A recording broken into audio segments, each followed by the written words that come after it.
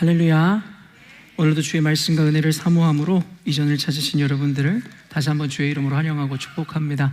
우리 앞뒤 옆분들 바라보시면서 오늘도 하나님의 은혜가 당신에게 충만하길 원합니다. 이렇게 인사하겠습니다.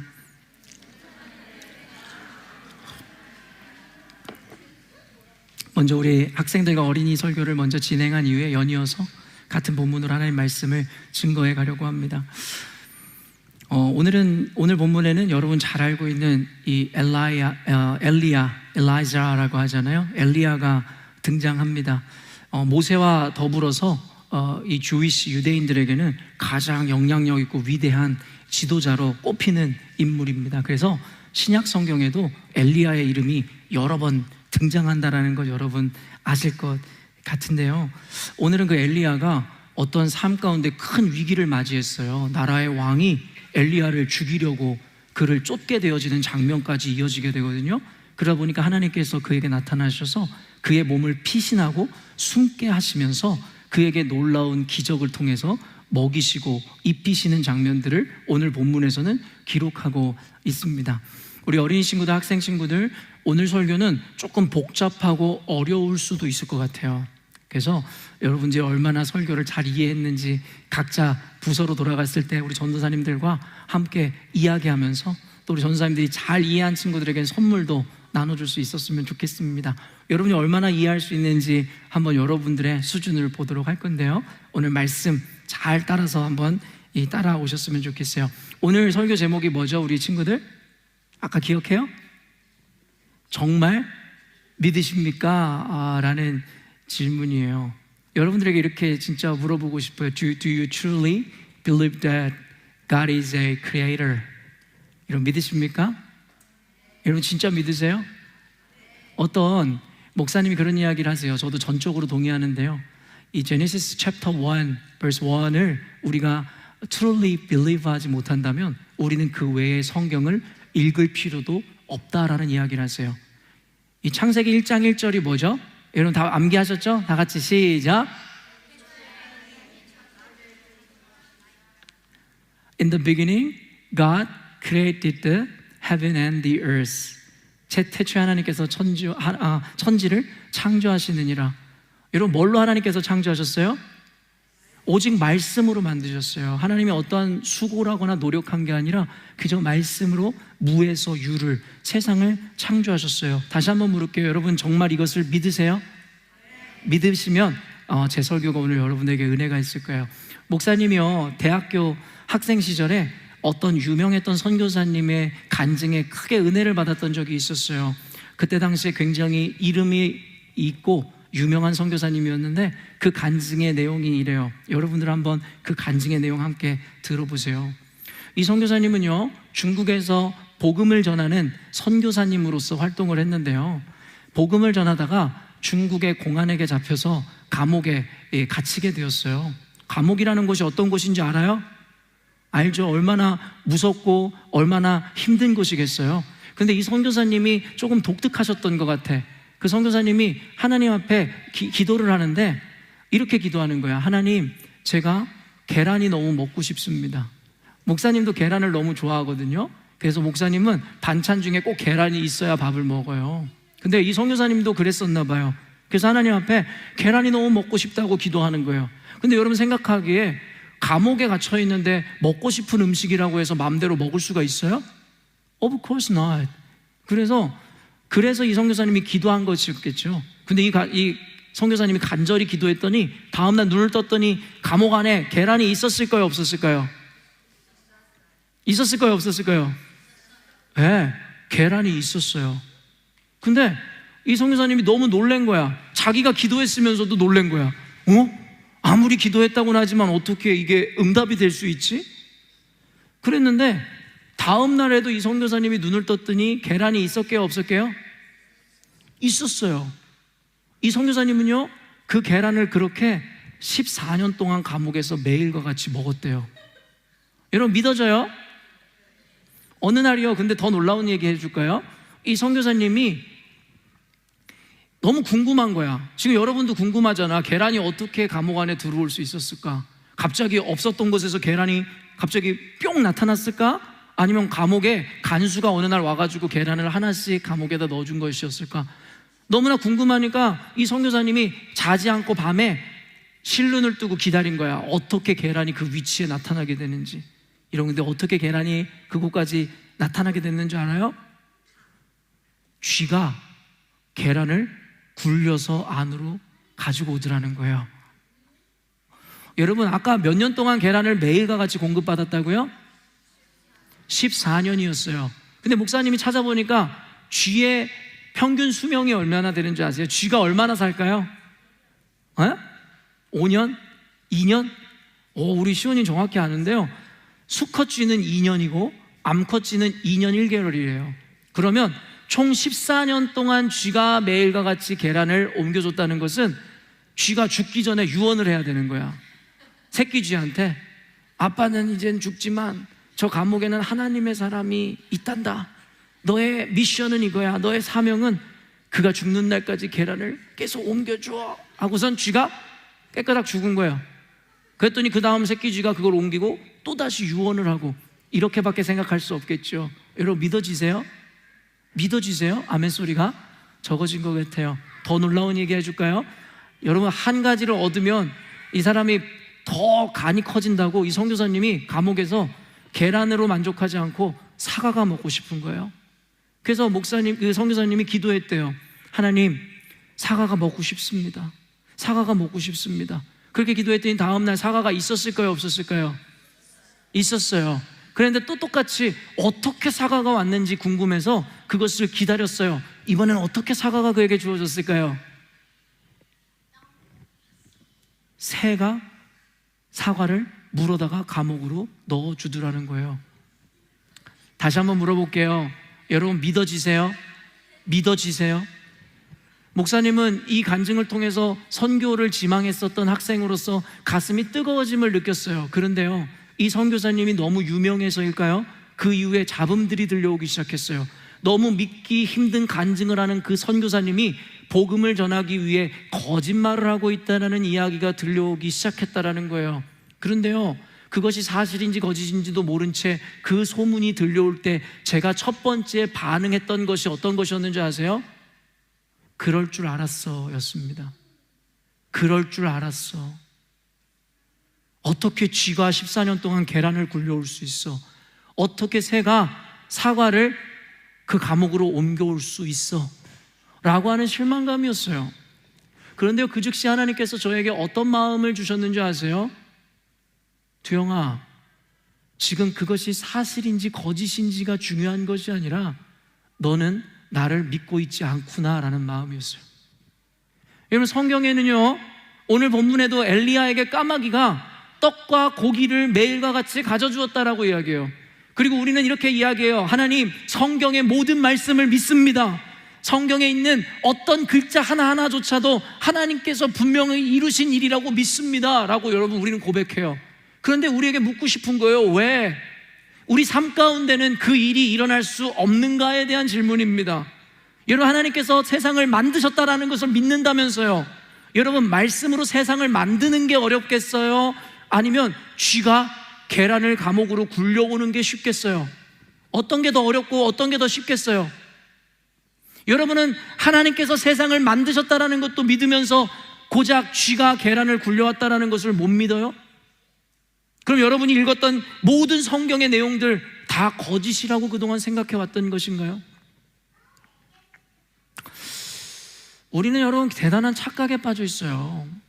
우리 어린이들 뿐만 아니라 어른들도 들어본 적이 없는 표현일 수도 있는데요, 탁란기생이라는 말 들어보셨어요? 탁란기생. 말 그대로 새가 생존하기 위해서 자신의 알을 다른 새 둥지에 의탁하는 것, 그리고 기생하는 것을 탁란기생이라고 합니다. 오늘 여러분과 준비된 영상 하나 보도록 하겠습니다. 새끼 뻐꾸기의 생존 전략. 둥지 안의 모든 알과 형제들을 바깥으로 밀어내는 것. 다리와 날개 쭉지에 잔뜩 힘을 주고 알을 밀어 올리기 시작합니다.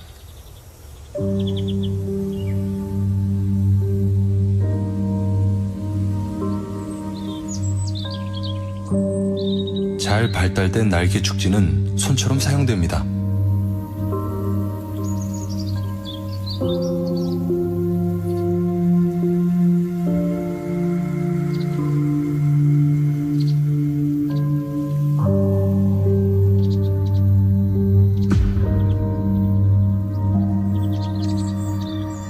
드디어 알 하나를 해결했습니다. 평평한 등이 이럴 때 제 몫을 합니다. 어린 뻐꾸기 새끼에게 알 하나를 밀어내는 건 보통 힘든 일이 아닙니다. 새끼 뻐꾸기는 본능에 충실할 뿐이죠.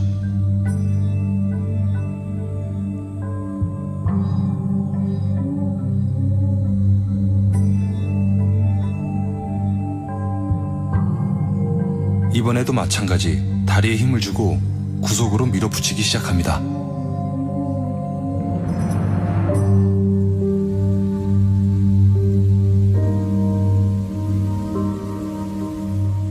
잠시 숨을 고르고 다시 구석으로 몹니다.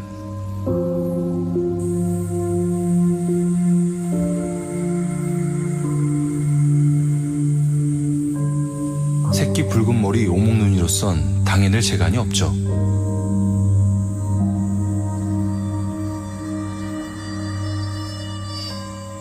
새끼 뻐꾸기의 마지막 일격이 가해집니다.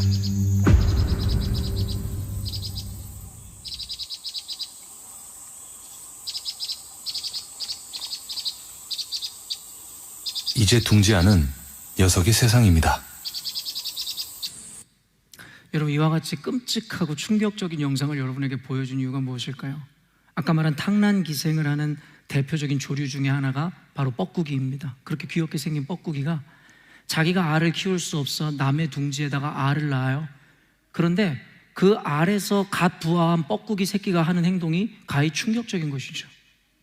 깨어나자마자 눈도 뜨지 못한 저 핏덩이가 남의 알을 밖으로 굴려 떨어뜨리기 시작하는 것이고, 그리고 먼저 부화한 오히려 진짜 새의 새끼를 밖으로 떨어뜨려 죽이기 시작하더라는 것입니다. 여러분, 이것을 방금 해설하는 사람도 이야기했지만 사람들은 본능이라고 이야기합니다. 새의 본능. 그런데요, 사실 이 본능이라는 것은 여러분 어떤 학습이나 경험을 통해 얻어져야 하는 류의 것이지 자연적으로 내추럴하게 갖고 나왔다는 것은 여러분 믿어지지 않는 사실입니다. 여러분, 우리가 배고프면은 밥을 먹고 싶어하고 졸리면 자는 본능과는 전혀 다른 의미에서의 본능입니다.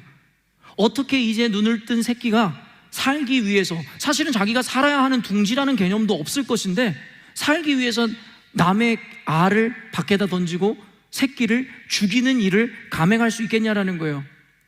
여러분, 기독교와 하나님을 알지 못하는 사이에는 첨예한 서로 간의 대리 컨플릭트가 있습니다. 여러분, 한 가지는 무엇입니까? 창조하셨다라는 것이고, 하나는 뭐예요? evolution, 진화했다라는 거예요. 크리스찬 스쿨을 다니는 친구들은 창조론에 대해서 배우겠지만 그렇지 않은 퍼블릭 스쿨을 다니는 친구들은 모두가 이 evolution이라는 것을 배워왔을 거예요. 그러면서 우리 안에 있는 편견, 프레주디스가 뭐예요?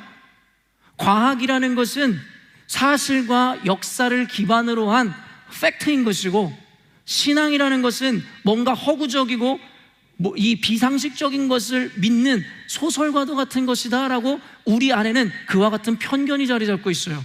그래서 과학이라는 것은 굉장히 이성적이고 합리적이고 그리고 증명이 된 것이라 생각하고, 신앙이라는 것은 증명할 수 없는 무논리라고 생각하는 것이 우리들의 생각입니다. 그런데요, 목사님이 지난 주 중에 과학 저널을 하나 읽게 되었어요. 그 과학 저널에서 사이언스지에 실린 기사를 인용해서 이야기하는 것을 보았는데요, 그 내용 제목이 무엇이냐면 후성유전학과 본능의 진화라는 제목이었습니다. 이것이 어려운 말로 들리겠지만 본성은 뭐라고요? 인스팅트라고 합니다. 이 인스팅트도 여러분 결국에는 evolution, 진화의 과정을 거친다는 거예요. 진화론자들은 여러분 우리의 조상을 누구라고 이야기해요? 원숭이라고 이야기합니다. 원숭이였다가 여러분과 같은 사람이 됐다라고 생각해요. 시간이 지나면서 DNA에 어떻게 해서든지 그들의 어떤 이 유전적인 어떠한 DNA가 심겨지게 되었고 그들의 신체적 변화가 이루어졌다라고 이야기하는 것이 이 진화론자들의 이야기입니다. 여러분들이 그렇게 과학적이다라고 사실을 기반이라고 믿는 그 과학 그리고 그 진화론자들이 이야기하는 것이 바로 이와 같은 내용들입니다. 그런데요, 그 사이언스지에 실린 글을 읽다 보면요, 계속해서 반복적으로 등장하는 표현이 있어요. 뭔지 아세요? somehow라는 단어예요. somehow가 무슨 뜻이에요? 어떻게든지라는 뜻입니다. 어떻게인지는 모르겠지만 그들의 유전적인 그 영향이 DNA에 남았다라고 이야기하는 것이 바로 진화론자들이 주장하는 이 진화의 과정입니다. 어떻게든지가 계속해서 반복되는 거예요. 그래요, 그들이 이야기하는 것처럼 어떻게든지 신체적인 변화의 DNA가 여러분 심겨졌다고 생각해 봅시다. 근데 여러분, 그들은 본능마저도 이와 같이, 인스팅트마저도 이와 같이 어떻게든지 DNA에 남겨졌다라고 이야기합니다. 사실을 기반으로 했다라는 과학이 결국에는 내뱉는 말은 추측성과 예측성 표현인 어떻게든지라는 표현이더라는 것이죠. 그들의 주장은 만물 우연 발생의 법칙에 근거하고 있어요. 여러분, 빅뱅 이론이라고 알아요? 세상이 창조된 것은 결국 우주에서 우연에 의한 충돌이 일어났고 그 먼지 입자들이 뭉치고 뭉쳐져서 지구를 이루고 생물체를 이뤘다라는 논리예요. 과학적입니까? 그들이 이야기하는 건 늘 우연 발생의 법칙을 근거로 합니다. 그러면서 그들이 이야기하는 진화론에서도 그 과정에는 어떻게든지, somehow, 어떻게든지, who knows, 그런데 어떻게든지 그것이 DNA에 남아졌다라고 이야기합니다. 그래서 그 저널에서 뭐라고 define 하는 줄 아세요? instinct. somehow is not an evolutionary explanation. somehow는 본능이라는 것이 진화되었다라는 것에 대한 충분한 여러분 설명이 될 수 없다라는 이야기입니다. 우리 친구들 목사님이 하는 이야기가 이해가 되세요? 그런데 성경에서는요, 이것에 대해서 분명하게 이야기합니다. somehow가 아니라 하나님에 의해 우리에게 이와 같은 일들이 일어났노라고 이야기합니다. 아까도 쥐가 어떻게 그것을 굴릴 수 있냐고요? 어떻게 새가 사과를 물어다 주냐고요? 어떻게 성경에서 만나와 메추라기를 주님께서 내려주시고 까마귀를 통해서 엘리야에게 떡과 고기를 공급하셨냐고요? 여러분, 우리는 이것을 모두 허구라고 이야기하지만, 아무런 팩트가 기반되어 있지 않다라고 이야기하지만, 도리어 팩트가, 그리고 여러분 에비던스가, 여러분 프루프가 존재하지 않는 것이 바로 과학자들이 이야기하는 진화입니다. 그러나 성경은 우리들에게 분명하게 그 근거를 이야기합니다. God says, 하나님께서 말씀하셨다라는 것이에요. 여러분, 무엇이 과학이고 무엇이 비과학입니까? 무엇이 논리이고 무엇이 비논리입니까? 여러분, 목사님은 이렇게 믿어요.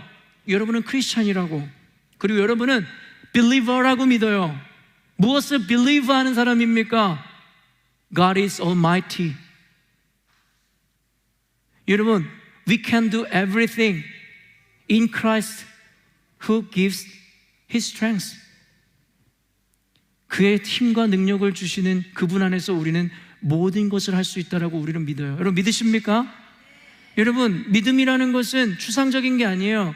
abstract한 것이 아니라고요. 여러분, 우리의 믿음이라는 것은 실제적인 것이에요. 왜 구약 성경엔 하나님이 이런 기적이 있었는데 21세기를 살아가는 우리들의 인생 가운데 이런 기적이 없습니까? 라고 묻는 친구들이 있다면, 여러분 스스로에게 ask yourself, do you truly believe God is almighty? 만약에 여러분들이 이것에 대해서 exactly answer 하지 못한다면 여러분은 너무나도 당연하게도 하나님의 기적의 주인공이 될 수 없다라는 것이에요. 사랑하는 어린이 학생 여러분, 여러분은 학교에 가서 이와 같이 반기독교적이고 성경과는 다른 이야기들을 배우기 시작할 거예요. 그때 우리들은 성경의 기준을 가져야 돼요. 오직 하나님의 말씀말이 시대가 지나고 푸른 마르고 꽃은 시들지라도 주의 말씀만이 영원할 것이라는 것, 그것이 진리라는 것, 아무리 과학자들이 그것을 이성이라 이야기하고 그것을 논리라고 이야기한다 할지라도 우리에게 논리와 우리에게 이성과 우리에게 과학은 The Bible, 하나님의 말씀이라는 것을 잊지 않으시는 여러분 되시기를 주님의 이름으로 축원합니다. 여러분이 이 사실을 믿기 시작할 때 하나님의 그 미라클러스한 일들, 하나님의 그 기적들이 여러분 인생 가운데 intervene, 개입되기 시작할 것입니다. 우리 어린이 여러분들은 세상을 이기고 하나님 놀라운 기적을 경험하는 우리 친구들 되시기를 주님의 이름으로 축원합니다. 기도하겠습니다. 하나님 아버지 감사합니다. 오늘 조금 어렵지만 우리 친구들에게 꼭 가르쳐야 되는 말씀을 전하였습니다. 하나님, 우리가 하나님을 믿는다는 것이 더 이상 그저 머릿속에만 머무는 일이 되지 않게 하여 주옵소서. 어려서부터 주를 안 것도 주님의 은혜이지만 하나님, 그저 교회를 다닌다는 것만으로 우리가 온전한 그리스도인이라 생각하지 않게 하여 주시고, 우리 어린이들로 하여금 성경을 믿는다면 삶에서도 주어지는 모든 상황 가운데 하나님을 우선으로 믿는 믿음이 그들 안에 세워지게 하여 주옵소서. 우리 아이들을 주님의 이름을 전심으로 축복하길 원하며 또한 주님께서 그렇게 축복하시리라 확신하오며 거룩하신 예수님의 이름으로 기도합니다. 아멘. 우리 옆 친구들에게 이렇게 이야기하십시다. 하나님은 모든 것을 하실 수 있는 분이십니다. 이렇게 인사하겠습니다.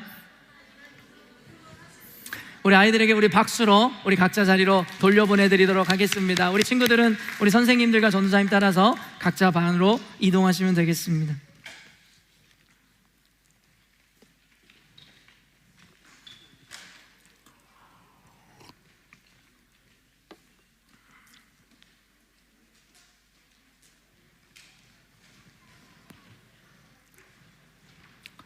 오늘 연이어서 말씀 통해서 정말 믿으십니까? 라는 제목으로 하나님 말씀을 증거할 건데요, 저는 목사로서 설교를 정말 많이 하잖아요. 그러면서 제일 고민하는 게 다른 게 아니라 제목을 결정하는 게 고민이에요. 설교를 수백 편, 수천 편 하다 보니까 과연 이 제목을 내가 지난번에도 사용했던 제목인가? 이런 생각이 들 때가 있어요. 이왕이면 똑같은 제목 사용하는 게 뭐가 문제게요? 그런데도 뭔가 다른 제목을 붙이고 싶은 게 제 욕심인지는 모르겠어요. 근데 정말 믿으십니까? 이 제목도 언젠간 했던 것 같은 거예요. 그래가지고 유튜브에서도 찾아보고 제 설교 원고들도 찾아봤더니 이 제목이 없더라고요. 어찌됐든지 간에 했었던 제목인지 안 했었던 제목인지는 모르겠지만 오늘 주시는 말씀 통해서 여러분에게 놀라운 하나님의 기적이, 은혜가 이루어지기를 주님의 이름으로 축원합니다. 축원합니다.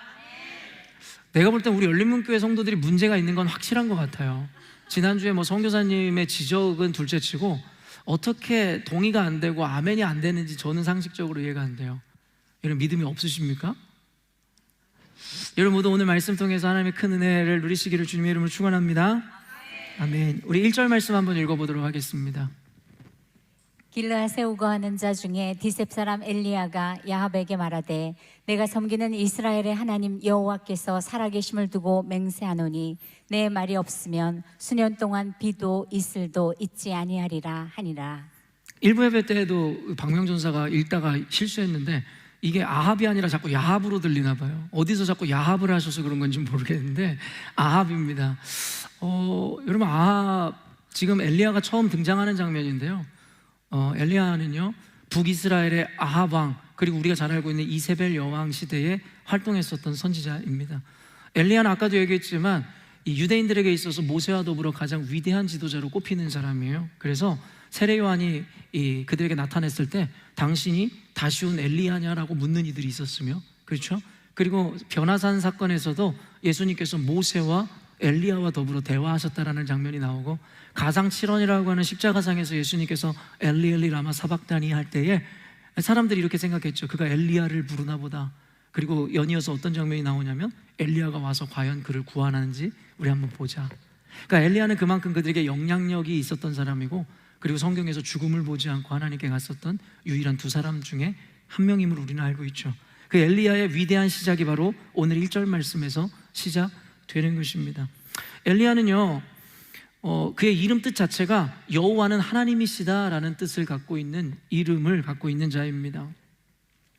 그의 이름답게 그가 첫 등장하면서 선언하는 바가 무엇이냐면 내가 섬기는 이스라엘의 하나님 여호와라는 표현으로 더불어 함께 스스로의 정체성을 분명하고 당당하게 밝히면서 등장합니다. 오늘 본문에는요 아합 왕과 그리고 북이스라엘을 심판하시겠다라는 내용, 그 예언이 주를 이루고 있는 본문이거든요. 이 문맥을 살펴보면요, 왜 하나님께서 지금 아합 왕을 심판하러 하시냐면은 그 전장을 보면 아합 왕이 왕이 되었을 때에 바알과 아세라를 위해서 신당을 짓기 시작하고 그와 더불어 함께 바알과 아세라를 섬기기 시작했다라는 거예요. 즉 우상 숭배를 하여 하나님을 분노하게 하였다라는 것이죠. 여러분, 이스라엘의 왕이 우상 숭배자가 되면 고대 사회 때 그 백성들은 어떻겠습니까? 여러분, 우리가 요즘에 기독교 역사를 함께 살펴보았어요. 영주가 천주교이냐 아니면은 이 개신교이냐, 그리고 심지어는 왕권을 넘어섰었던 이 교황이 어떤 자인지에 따라 그들의 신앙과 그리고 그들의 권위에 의해 생명까지도 오락가락하는 시대였어요. 그러니까 그들의 신앙을 받아들일 수밖에 없는 사회였다고요. 근데 고대 사회에 왕의 절대 힘이 있을 때에 여러분, 그가 섬기는 우상을 제시할 때에 백성들이 그것을 따르지 않을 수 있었겠냐라는 것이고, 왕이 밀어주고 왕이 뒤를 봐주는 그 종교, 그 신앙이 어찌 백성들에게 영향을 주지 않을 수 있었겠냐라는 거예요. 그렇다면 그 상황을 통해서 우리가 유추해 볼 수 있는 것이 무엇이냐면, 아합 왕이 우상을 섬기고 있고 아마도 북이스라엘의 백성들조차도 이렇게 혼재되어지고 혼합되어져 있는 우상 숭배의 문화가 들어와 있었을 것이다라고 생각할 수 있겠죠. 맞습니까? 여러분, 그때 당시 시대 상황은 바로 오늘날에 우리가 살아가고 있는 이 시대와 똑같은 시대 상황이라고 확신합니다. 바로 신앙과 믿음이라는 것, 우상인과 혼재되고 혼합되어진 신앙생활을 하고 있는 것이 우리들의 모습이라고 저는 생각합니다. 이스라엘 백성들은요, 단 한 번도 여호와 하나님을 떠난 적이 없었습니다. 근데 성경에는 뭐라는 표현들이 곳곳에 등장하는 줄 아세요? 여호와 하나님을 섬기는 그들이 우상도 섬겼다라는 거예요. 이 말이 뭔지 아세요? 겸하여 섬겼다라는 거예요. 그래서 예수님 뭐라고 말씀하십니까? 두 마음을 품어 정함이 없는 자도다라고 이야기하는 것이에요.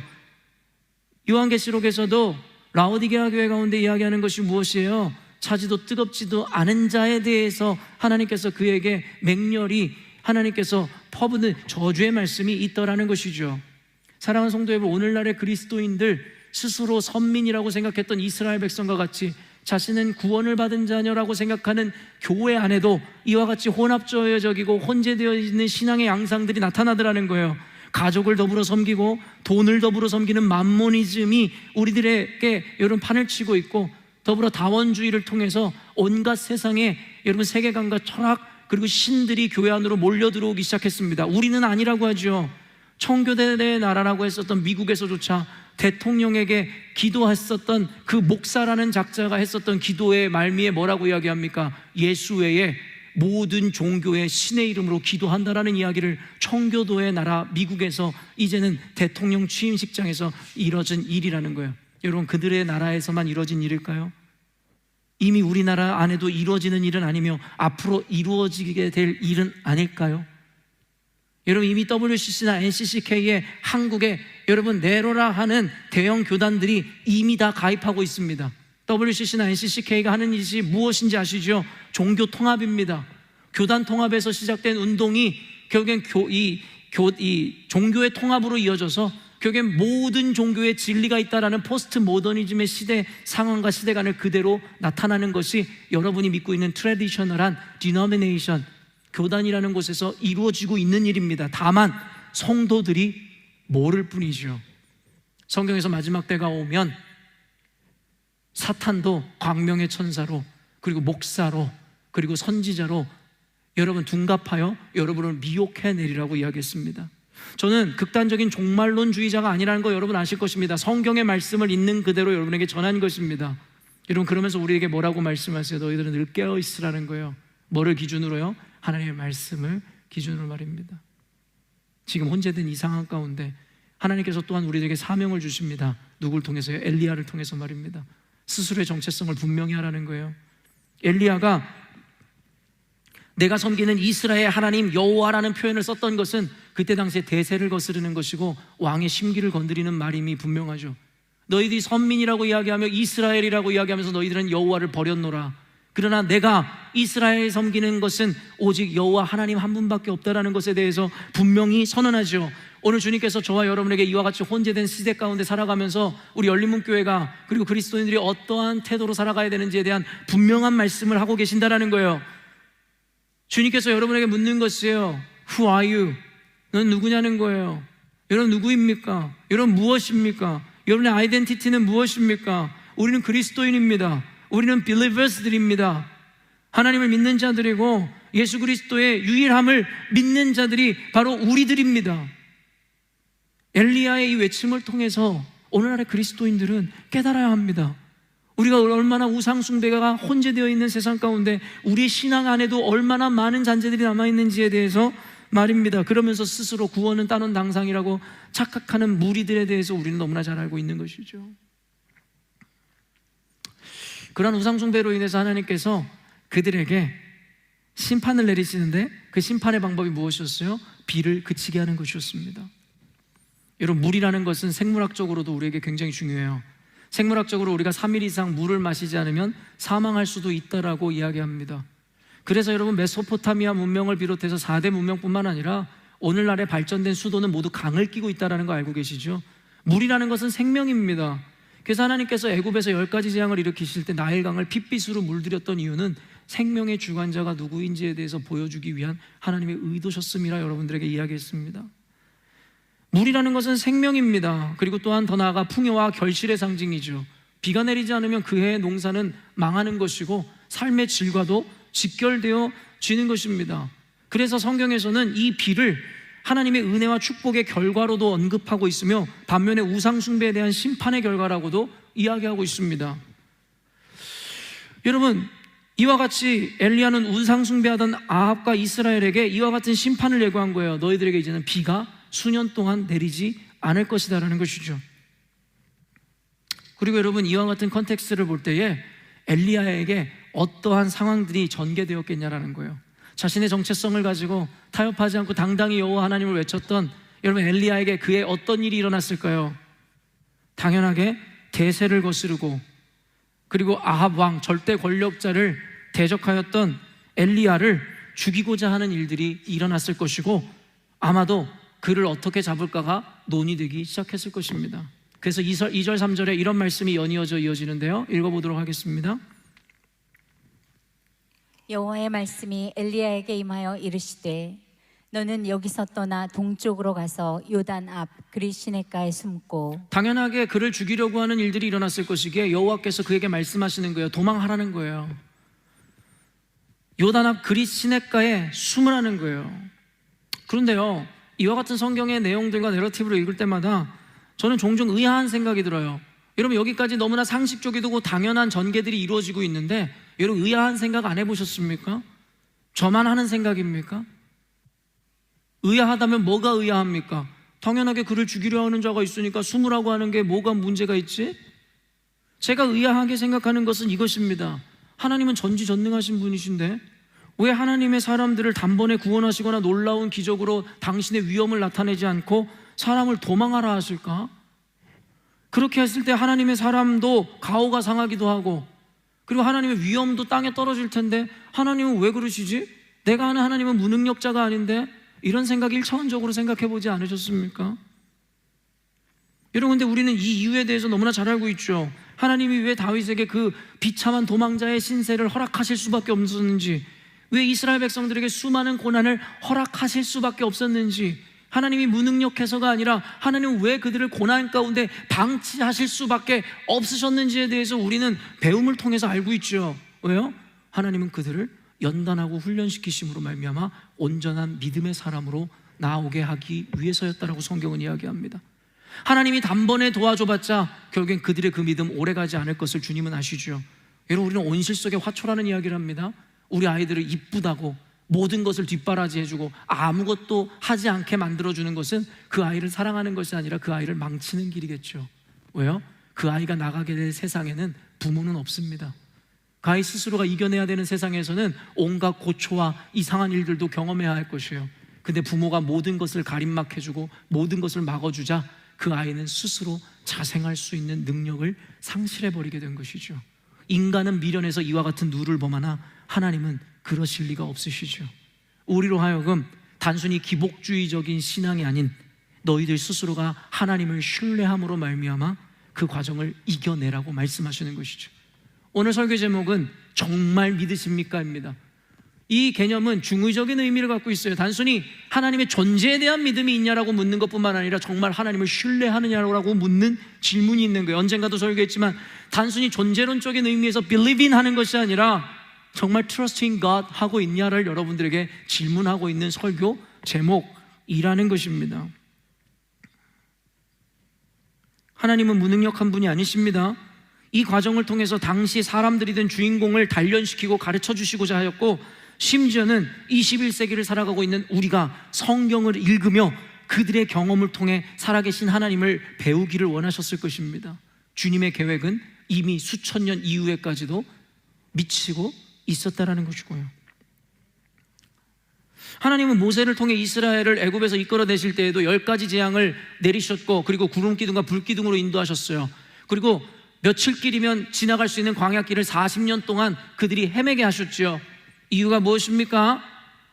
위기나 문제의 상황 가운데 단순하게 그것을 모면시키시는 것이 하나님의 일이 아니라 우리로 하여금 trained, 훈련받아서 이 세상 가운데 감정과 환경과 문제의 지배를 당하는 자들이 아니라 믿음으로 세상을 장악하고 지배하는 자들이 되게 하기 위해서 주님께서는 우리에게 그 과정을 허락하셨다라는 것입니다. 주님께서는 지금도 우리에게 진정한 믿음의 사람으로 거듭나라고 말씀하시는 거예요. 너희들이 단순히 believe in God, 난 하나님을 믿습니다, 예수님만이 only the way, only the truth라는 것을 믿습니다가 아니라 정말 믿는다면 너희들이 정말 그와 같은 삶을 살아낼 수 있느냐라고 묻는 거예요. 제 목회에 있어서 가장 중요한 개념이 무엇인 줄 아십니까? 10가지를 배우는 것보다 한 가지를 알고 실천하는 삶이 중요하다는 것을 저는 여러분에게 늘 강조합니다. 여러분이 지식이 없어서 하나님 앞에서 온전히 믿음을 못 갖는 것입니까? 지식이 없어서 오늘날의 교회가 땅에 무너집니까? 아니요. 지식은 있으나 그 지식에 대한 믿음과 신뢰를 갖고 있지 못하는 것이겠죠. 여러분에게 하나님을 믿느냐라고 묻는다면 여러분 모두 예스라고 할 거예요. 근데 여러분의 삶 가운데 왜 낭망하십니까? 왜 좌절하십니까? 왜 여러분은 실패라고 생각하십니까? 믿음이 없기 때문인 것입니다. 그럼에도 불구하고 하나님은 이 과정을 통해서 우리에게 이와 같은 사실을 가르쳐주는데요, 너희들이 몸을 피하거나 숨겨야 하는 상황에서도 결코 두려워하거나 염려할 필요가 없다. 왜냐하면 그러한 상황과 위기 가운데서도 하나님은 우리를 입히시고 먹이시기 때문입니다. 믿으십니까? 4절에서 7절 읽습니다. 시작. 그 시냇물을 마시라. 내가 까마귀들에게 명령하여 거기서 너를 먹이게 하리라. 그가 여호와의 말씀과 같이 하여 곧 가서 요단 앞 그리 시냇가에 머물매. 까마귀들이 아침에도 떡과 고기를, 저녁에도 떡과 고기를 가져왔고 그가 시냇물을 마셨으나 땅에 비가 내리지 아니하므로 얼마 후에 그 시내가 마르니라. 여러분, 이 말씀을 단순히 기적의 사건으로만 보시면 안 되고 이곳에서 하나님의 인격을 발견해야 됩니다. 여러분, 주님께서 그에게 몸을 피해 가라 하셨던 곳이 어디예요? 시냇물가였어요. 여러분, 왜요? 이제 곧 물이 마를 것을 알고 있었거든요. 비가 내리지 않으면, 물이 없으면 못 산다는 것을 아셨기 때문에 하나님께서는 그에게 아무 곳으로나 도망하라는 것이 아니라 시냇가로 도망하라는 거예요. 그래서 그 물을 마시게 하셨어요. 그리고 하나님은 까마귀를 통해 풀만 먹으라고 하는 것이 아니라 고기도 아침 저녁으로 제공하셨다라는 거예요. 여러분, 하나님의 도우심을 제한하지 마세요. 여러분은 어떤 이유와 목적으로 시드니 땅을 밟았는지 모르겠고, 여러분이 어떤 비즈니스를 하는지 저는 알지 못하겠지만 그것에는 우연이 없습니다. 하나님께서는 모든 것 아시고 그 공간으로 우리를 인도하시는 거예요. 시냇가로 우리를 인도하시는 거예요. 그리고 여러분, 도무지 사람의 능으로, 사람의 인력으로 도움을 줄 수 없을 때 하나님께서는 이런 까마귀를 통해서도 역사하십니다. 믿으십니까? 아까 선교사에게 일어나는 일을 왜 못 믿으시는 거예요? 그것이 왜 비과학적이고 비합리적이라고 이야기하십니까? 그러면서 여러분이 성경의 내러티브를 믿는다고요? 오늘 엘리야에게 일어난 일을 믿는다고요? 만나와 메추라기 사건을 믿는다고요? 아니요, 그까지도 갈 것도 없이 하나님께서 천지를 창조하셨다는 사실을 믿는다고요? 그것이 바로 인지부조화입니다. 그것이 바로 믿음 따로 행동 따로가 되어질 수밖에 없는 여러분 안에 있는 잘못된 신앙의 메커니즘입니다. 머리로는 믿는다라고, 입으로는 믿는다라고 이야기하지만 도무지 믿음이 가지 않는 것이죠. 그러니까 위기의 순간에 우리는 타협합니다. 두려움의 순간에 우리는 넘어집니다.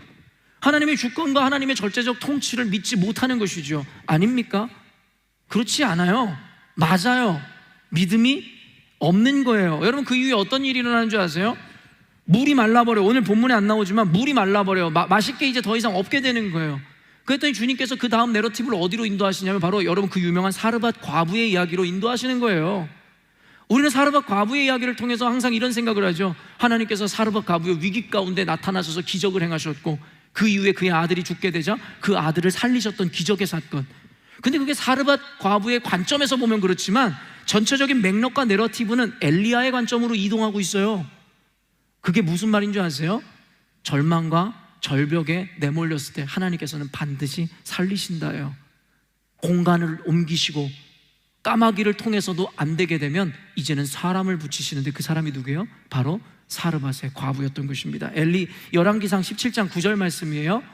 너는 일어나 시돈에 속한 사르밧으로 가서 거기 머물라. 내가 그곳 과부에게 명령하여 내게 음식을 주게 하였느니라. 여러분, 모든 관점의 이동은 엘리야의 관점으로 이동하고 있잖아요. 사르밧 과부가 원래 주인공이 아니라고요. 그것은 그냥 하나의 단편적 이야기에서만 등장하는 것이지 전체 맥락에서는 도망하고 있는, 세상과 타협하지 않은 엘리야를 숨기고 살리기 위한 하나님의 방식으로 사르밧 과부를 만나게 하심으로 시냇가가 마르자 그에게 사르밧 과부를 통해서 먹고 마시게 하더라는 것이에요. 기적입니까? 기적입니다. 이런 기적은 엘리야의 것입니까? 엘리야만의 것입니까? 아니면 저와 여러분도 누릴 수 있는 것입니까? 여러분, 왜 아니라고 생각하십니까? 왜 오늘날에 아까도 이야기했지만 기적이 안 일어나냐고요? 그 옛날에는 하나님은 살아계셨는데 오늘날에는 주무시고 계시냐고요? 아니요. 우리들의 믿음이 엘리야의 믿음만큼 닿아 있지 않기 때문은 아닙니까? 삶에 문제가 생기면 어떻게든 여러분의 방식으로 해결하려고 하지 하나님을 의지하십니까? 제가 여러분에게 극단적인 믿음을 요구하거나 지금 기복주의적인 신앙을 심어주는 것입니까? 아니죠. 최선을 다해서 사십시오. 근데 적어도 하나님 앞에서의 온전한 신뢰와 믿음이 없다면 그 최선이라는 것이 도리어 여러분을 망치는 위험한 열심이 될 것입니다. 아닙니까? 지금까지 그렇게 살아오셨잖아요. 사랑하는 성도 여러분, 여러분을 정죄함도 여러분을 단순히 비판함도 아닙니다. 제 삶이 그렇기 때문에 저에 대한 성찰입니다. 우리 모두의 인생이 인정할 수밖에 없기 때문입니다. 정죄받거나 상처받지 마시고 깨닫고 하나님 앞에 회개하십시오. 그리고 주님을 부여잡으십시오. 삶의 궤도를 수정하십시오. 여러분이 짜왔던 모든 계획을 수정하시라고요. 사람이 인생의 계획을 계획할지라도 인도하시는 분은 하나님이십니다. 믿으십니까? 하나님이 가라는 곳을 가는 것이 옳은 것이고 가지 말라는 곳을 가는 것은 여러분 그것이 곧 저주인 것입니다. 롯이 선택했던 것 같이 눈에 보기에 좋은 소돔과 고모라 성을 쫓아다니지 마세요. 하나님이 함께 하시지 않는 곳은 적과 꿀이 흐르는 애굽 땅과 같다 할지라도 그것은 곧 저주의 땅이 될 것이기 때문입니다. 마태복음 6장 30절입니다. 함께 읽겠습니다.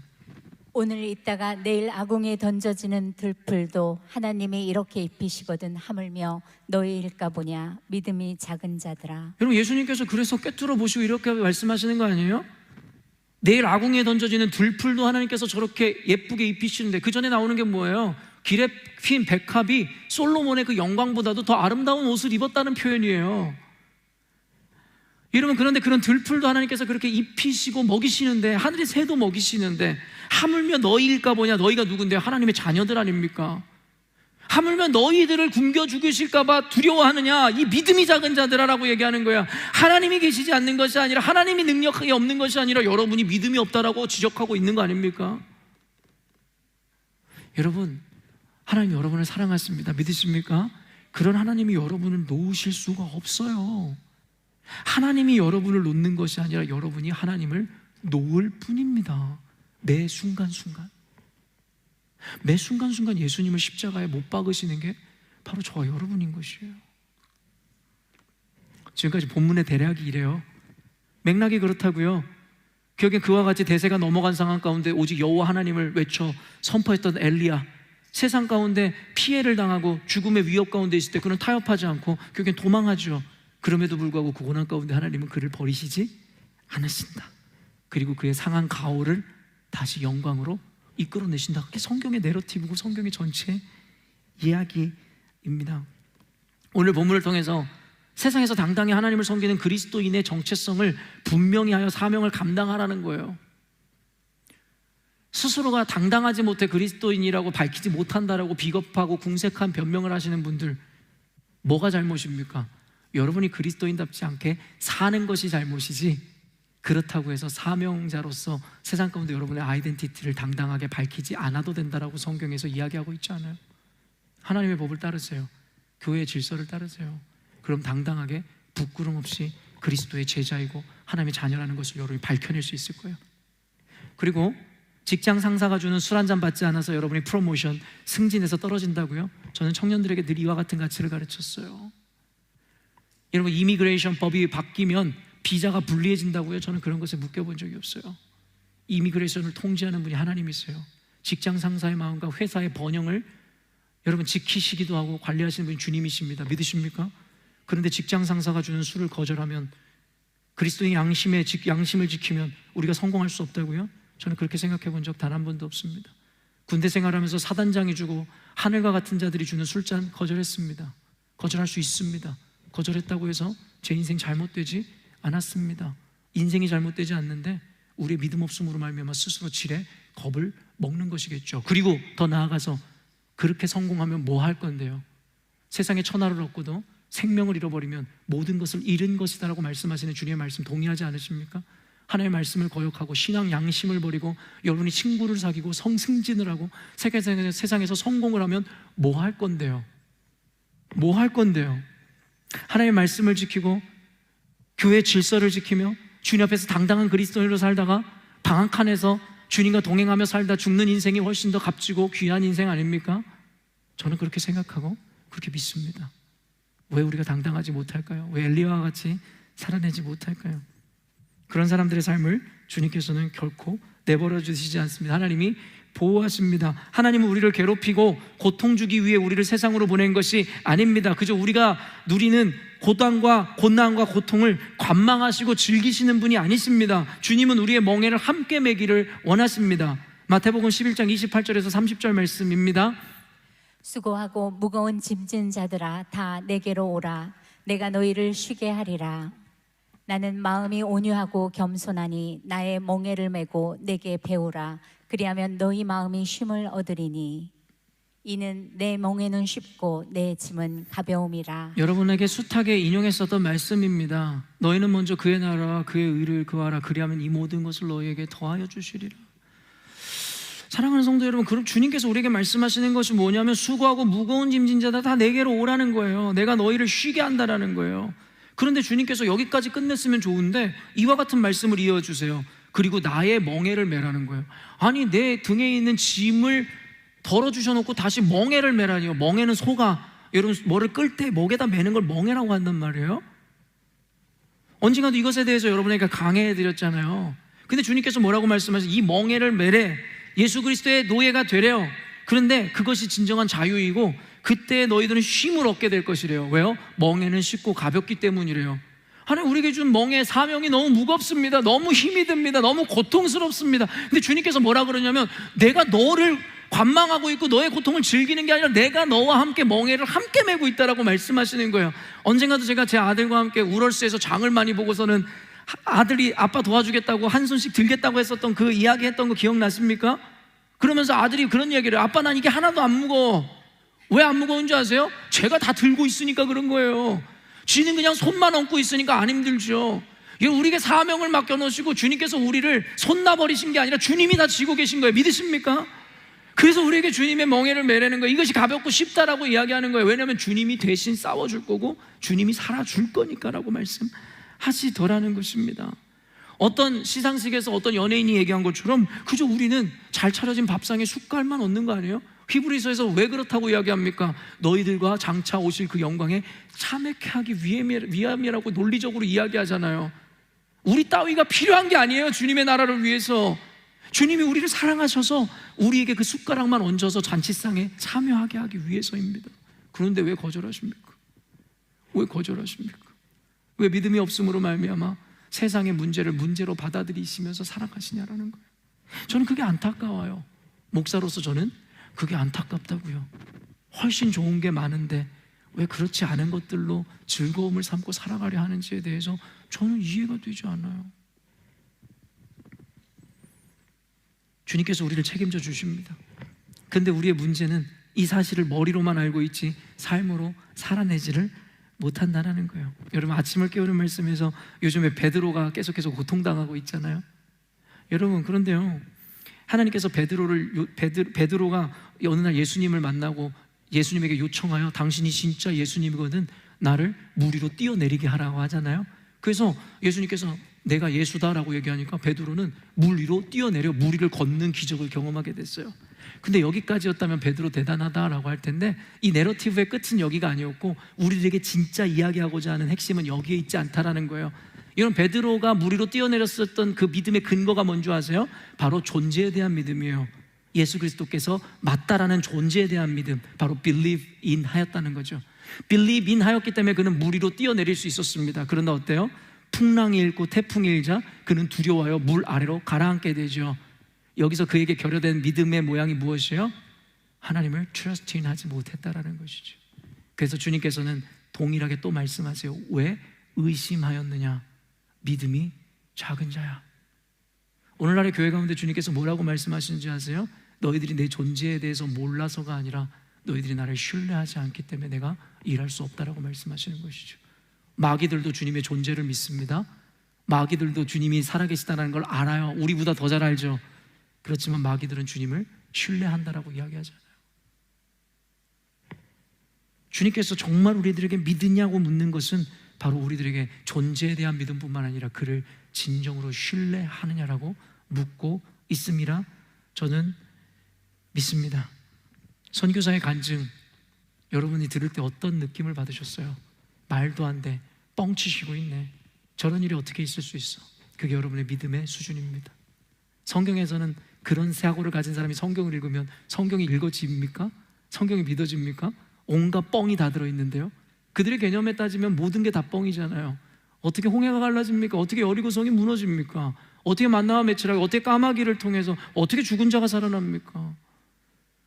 이런 수많은 기적의 사건들을 여러분은 믿는다고 이야기했지만 여러분이 믿어지지 않는다는 걸 여러분의 삶의 간증으로 여러분이 보여주신 거죠. 아까도 얘기했어요. 주님이 저에게 묻는 것은 그 선교사가 뻥을 쳤냐 진짜를 말했느냐가 아니라 나의 믿음 없음에 대해서 주님께서 보고 계심을 제가 깨달았다는 거예요. 믿지 않잖아요, 여러분도. 여러분 인생 가운데 재정이 어렵거나 인생의 관계가 꼬이면 여러분은 여러분의 방법을 찾잖아요. 주님께서 어떻게 해서든 풀어주실 수 있다는 것에 대해서 신뢰하지 못하니까 아둥바둥하고 좌절하고 실망하고, 그래서 더 나아가 타협하는 것 아니십니까? 여러분이 생각하는 합리, 여러분이 믿고 있는 팩트가 뭔데요? 아까도 이야기한 과학입니까? 과학이라는 것은 하나도 논증하지 못하면서 자신들의 논리를 전개하기 위해서 somehow, 어떻게든이라는 말을 붙입니다. 그게 과학입니까? 성경에서는 모든 것에 대해서 답해주고 있는데요, 그것이 하나님의 능력이고 하나님의 역사라고 말입니다. 과학이 과학적입니까? 신앙이 과학적입니까?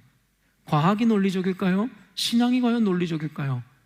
계몽주의와 이성주의와 이 시대관념에 묶여있는 이들은 결코 이해할 수 없는 이야기일 것입니다. 우리가 생각하는 그 이성이 진짜라고 착각하는 우리들의 삶 말입니다. 욥기 35장 9절에서 11절 말씀입니다.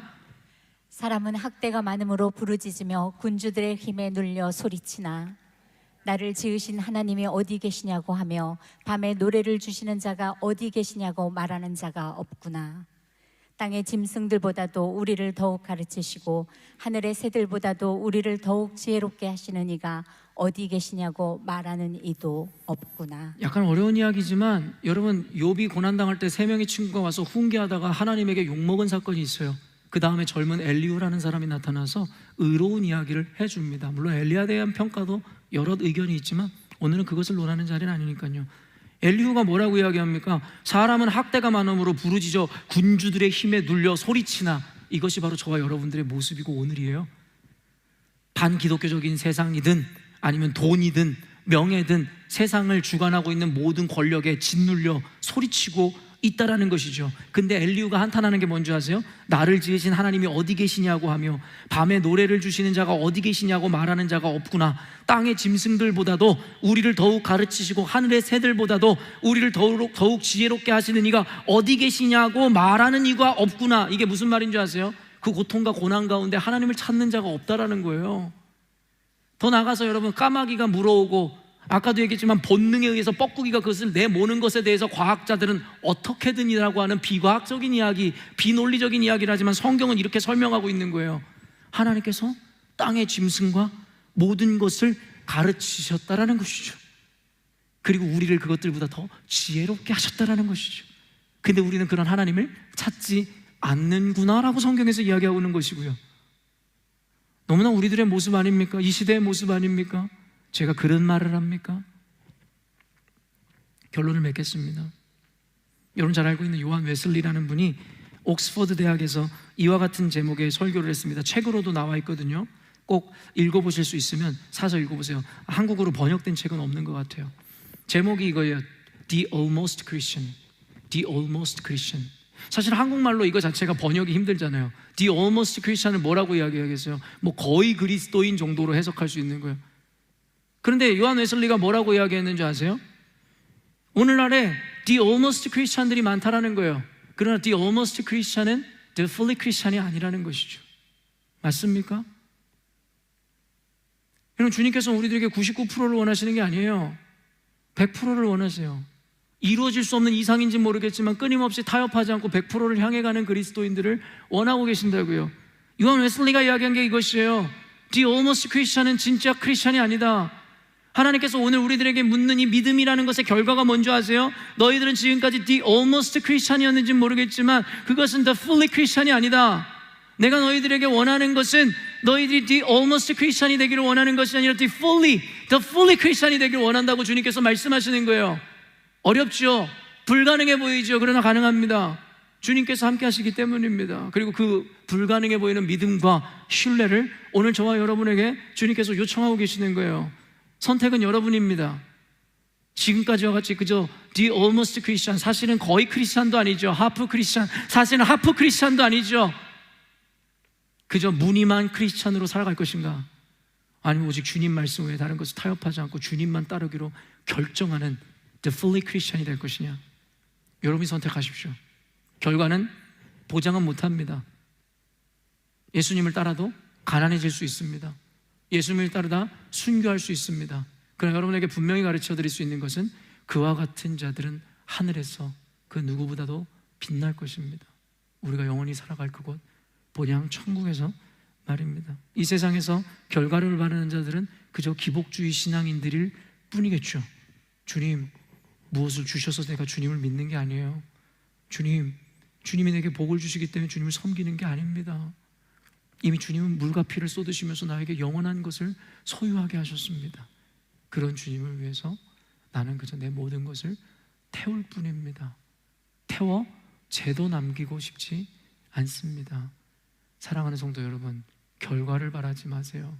남는 장사하려고 하지 마세요. 장사치처럼 신앙생활하지 마시고 정말 믿음의 자녀로서, 예수님의 제자로서 예수님을 믿으십시다. 그때 책임져 주시는 주님의 영광과 능력이 저와 여러분의 삶 가운데 가득할 줄로 믿습니다. 아멘. 기도하겠습니다.